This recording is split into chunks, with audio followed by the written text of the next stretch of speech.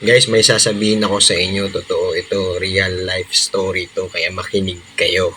Alam naman natin na grabe yung patayan ngayon. Mas lumala pa kaysa dati, lalo na malapit na mag-e-election ngayon. Alam nyo ba, merong issue ngayon, isang 16 years old na kuya na nagselo sa kanyang bunsong kapatid na dumidede pa sa nanay. And take note, itong 16 years old na kuya, may bisyo, nagdodroga.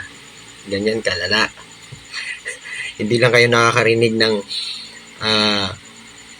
bata, pinadroga para tatahimik.